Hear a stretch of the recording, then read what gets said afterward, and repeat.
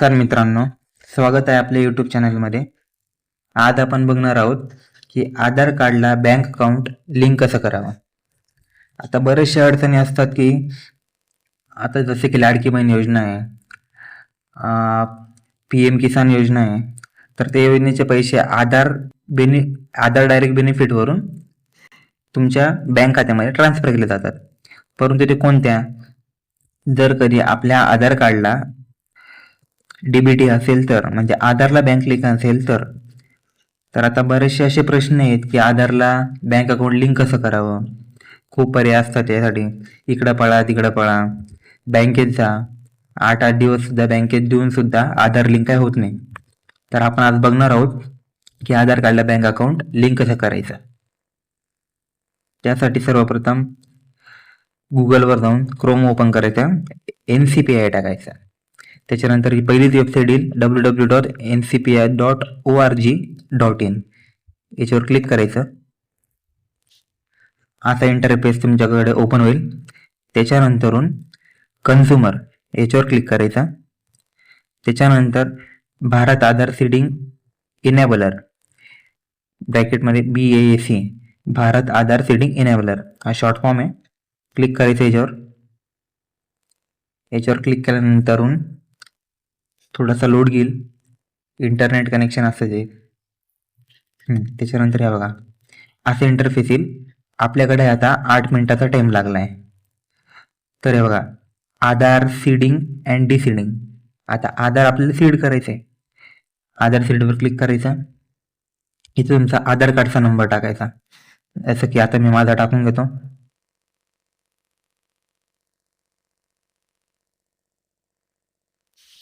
त्याच्यानंतरून सीडिंगवर click करायचं. Seeding म्हणजे जोडणे आणि डिसीडिंग म्हणजे जे जोडलेलं आहे ते काढणं. आता आपल्याला लिंक करायचं म्हणून सीडिंगवर क्लिक करायचं. आता तुमचं कसं आहे की बाबा सीडिंग टाईप कशी फ्रेश आहे की बाबा पहिले कुठल्या आधारला लिंक नव्हतं, बँक अकाउंट लिंक नव्हतं, same bank with another account. आता एकाच बँकेमध्ये 2 अकाउंट असतील तर ते चेंज करायचं आहे का, किंवा movement from one bank to other bank. आता पहिल्या बँकेत आहे परंतु दुसऱ्या बँकेत लिंक करायचं आहे का, त्याच्यासाठी तर या दोघी पर्यायावर क्लिक न करता डायरेक्ट फ्रेश सीडिंगवर करायचं. कोणाचा लिंक असो नसो फ्रेशवर करायचा. त्याच्यानंतर सिलेक्ट बँक अकाउंट. आता तुम्ही बघू शकता इथे पहिले खूप कमी बँका होत्या. आता इथं बघू शकता ज्या आपल्या महाराष्ट्रामध्ये आहेत बाबा, त्यापैकी आपण काय बँका बघू. महाराष्ट्र ग्रामीण बँक आहे, बँक ऑफ महाराष्ट्र. त्याच्यानंतरून UCO bank, bank of India बघू शकता तुम्ही, Canara bank, union bank of India, Punjab and Sind bank, Punjab national bank, central bank of India. त्याच्यानंतरून स्टेट बँक ऑफ इंडिया सर्वात महत्वाचा, state bank of India, Kotak Mahindra bank, Indian bank, Bandhan bank, bank of Baroda. आता जवळपास सर्वच bank account इथे दिलेले आहेत. तर ह्याच्यापैकी पहिले फक्त बँक ऑफ महाराष्ट्र होती आणि कॅनरा बँक होती. त्याच्या व्यतिरिक्त स्टेट बँक वगैरे कुठले नव्हते. परंतु आता खूप प्रमाणामध्ये पूर्ण भारतामध्ये जेवढ्या बँक असतील त्याच्या खूप प्रमाणामध्ये सर्वच बँके ऍड करण्याचा यांनी प्रयत्न केला आहे. तर आता आपलं आहे कॅनरा बँकेचं खातं. तर कुठे गेलं, हे बघा कॅनरा बँक, बँक अकाउंट निवडायचं. इथे तुमचा अकाउंट नंबर टाकायचा 08160989411.